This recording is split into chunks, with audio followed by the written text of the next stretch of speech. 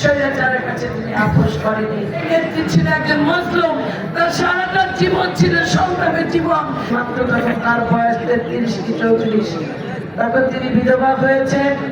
সাদা এক ধরনের পাতলা শাড়ি পরতেন, উনি সাদা রঙের শাড়ি পরতেন এবং সেই গৃহবধূ থেকে তিনি রাজনীতি শুরু করেছেন।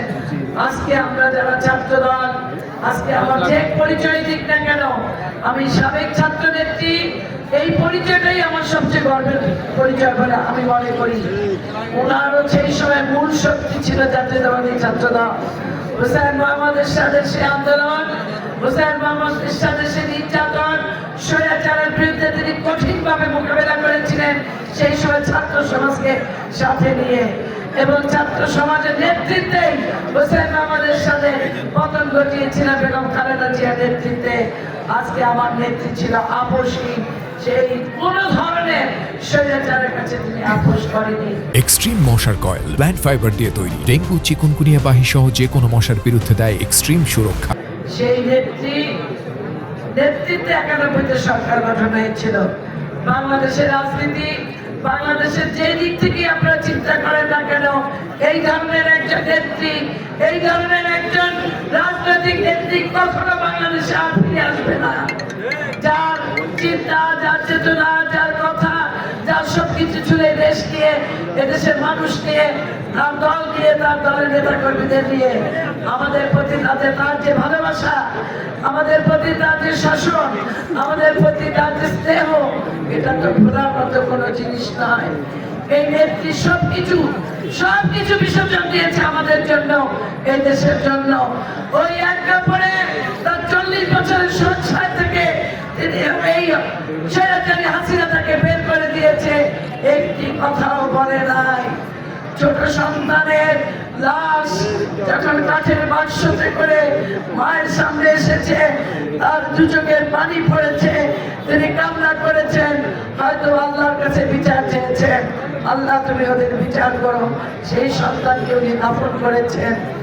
আরেকটি সন্তান 17 বছর বিনা চিকিৎসায় যখন এদেশে তাদের কোনো চিকিৎসা হচ্ছে না, তার চিকিৎসার জন্য বিদেশে পাঠিয়ে দেওয়া হলো, আর তাকে দেশে আসতে দেওয়া হয় না। সেই সন্তানকে সে দেখতে পায় নাই। হাজার হাজার লক্ষ লক্ষ আমাদের মতো সন্তানকে নিয়ে উনি বেঁচে ছিলেন এই বাংলাদেশে। তবু একটি কথা শেখ হাসিনার আপনারা কখনো কি শুনেছেন?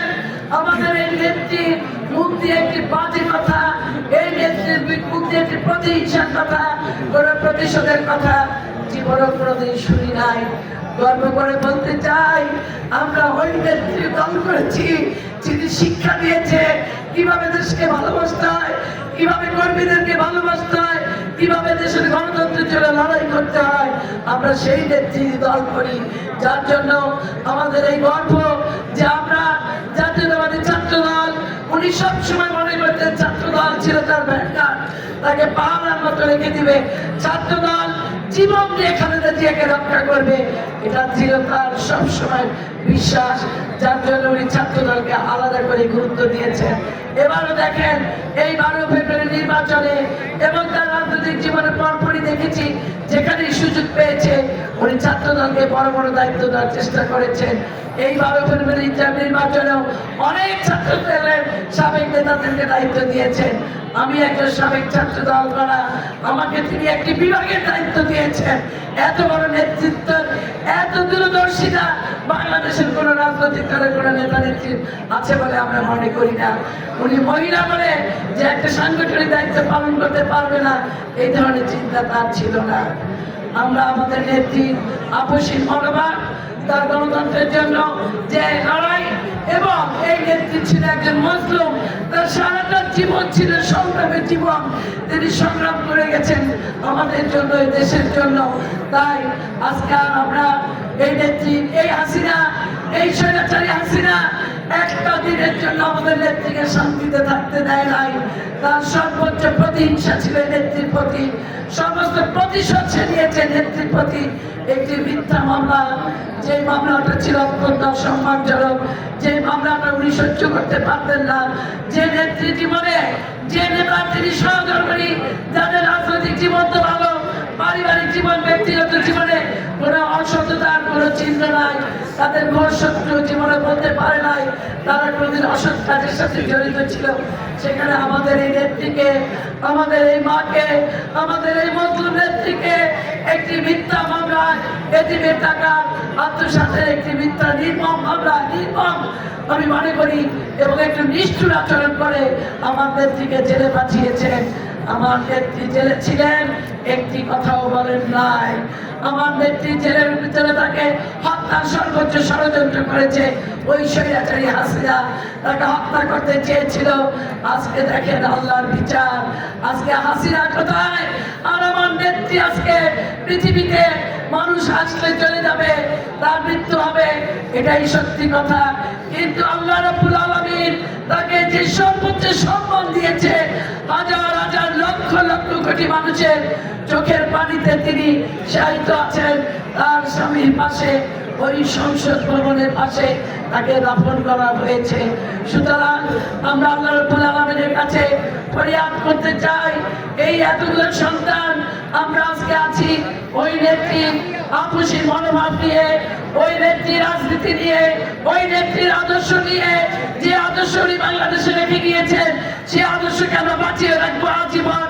শহীদের সত্যতাকে আমরা বাঁচিয়ে রাখবো আজীবন। খালেদা জিয়ার আপোষী মনোভাবকে আমরা বাঁচিয়ে রাখবো আজীবন।